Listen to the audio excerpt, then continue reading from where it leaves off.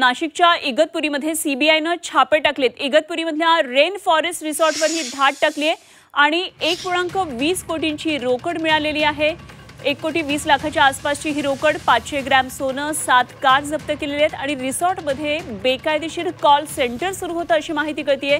बेकायदा कॉल सेंटरच्या रॅकेटचा हा पर्दाफाश झालाय। स्थानिक पोलीस कारवाईबाबत अनभिज्ञ आहेत आणि या संदर्भात आणखी सविस्तर तपशील जाणून घेऊया। आमचे प्रतिनिधी नाशिकमधून थेट योगेश खरे सध्या आपल्याबरोबर जोडले गेलेत। योगेश, ही निश्चितच मोठी कारवाई म्हणता येईल। 1.20 लाखांची रोकड आणि पुढे आणखी बरेच सारे वस्तू जप्त केलेल्या आहेत।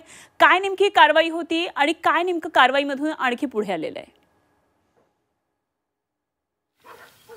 खरंय, इगतपुरी तालुक्यातील घोटीजवळ असलेलं हे रेन फॉरेस्ट हॉटेल आहे। आपण जस्ट त्याच्या समोरच आहोत। आपण बघू शकतो की या रिसॉर्ट हे महामार्गापासून जवळजवळ 2.5 ते 3 किलोमीटर मध्ये बलायदुरी गावामध्ये आहे आणि या जवळजवळ 10 ते 15 एकर परिसरातील या सर्व हॉटेलमध्ये मोठ्या प्रमाणात सिक्युरिटी असते। आपण बघू शकतो दरवाजा बंद ठेवण्यात आला आहे। मध्ये या रिसॉर्टमध्ये कोण असतं, काय कामं करतात, कोण आले आहेत याच्याबद्दलची माहिती ही स्थानिक पोलिसांना सुद्धा नसते आणि त्यामुळे एकूणच काय चालतं असा प्रकार यामध्ये समोर आलेला आहे। आपण जर बघितलं सीबीआयने जी काही रेड केलेली आहे त्यामध्ये आपण बघू शकतो की या हॉटेल्समध्ये काही ऑपरेटर राहत होते जे कॉल सेंटर चालवत होते आणि या कॉल सेंटरच्या माध्यमातून अनेक लोकांना फसवण्याचं काम हे सुरू होतं।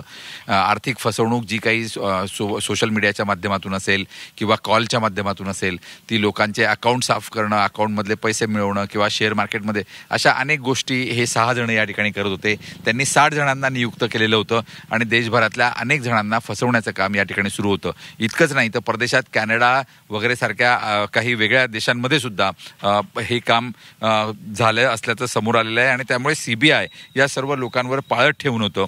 एकूण जो सर्व्हिलन्स गेल्या 2 महिन्यापासून सुरू होता त्यात हे सर्व ऑपरेटर नाशिकमध्ये इगतपुरी जवळ असल्याचं लक्षात आलं आणि त्यानंतर दिल्लीच्या सीबीआय पथकानं अगदी गोपनीय पद्धतीनं या हॉटेलसमोर कारवाई केली। पूर्ण या हॉटेलची तपासणी करण्यात आली आणि इथून 6 जणांना ताब्यात घेण्यात आलंय। त्यांच्याकडून मोठ्या प्रमाणात रोकडही जप्त करण्यात आली आहे। ठीक, योगेश, धन्यवाद दिलेले आहे सगळ्या सविस्तर तपशिलांसाठी। योगेश खरे आमचे प्रतिनिधी आपल्या बरोबर होते।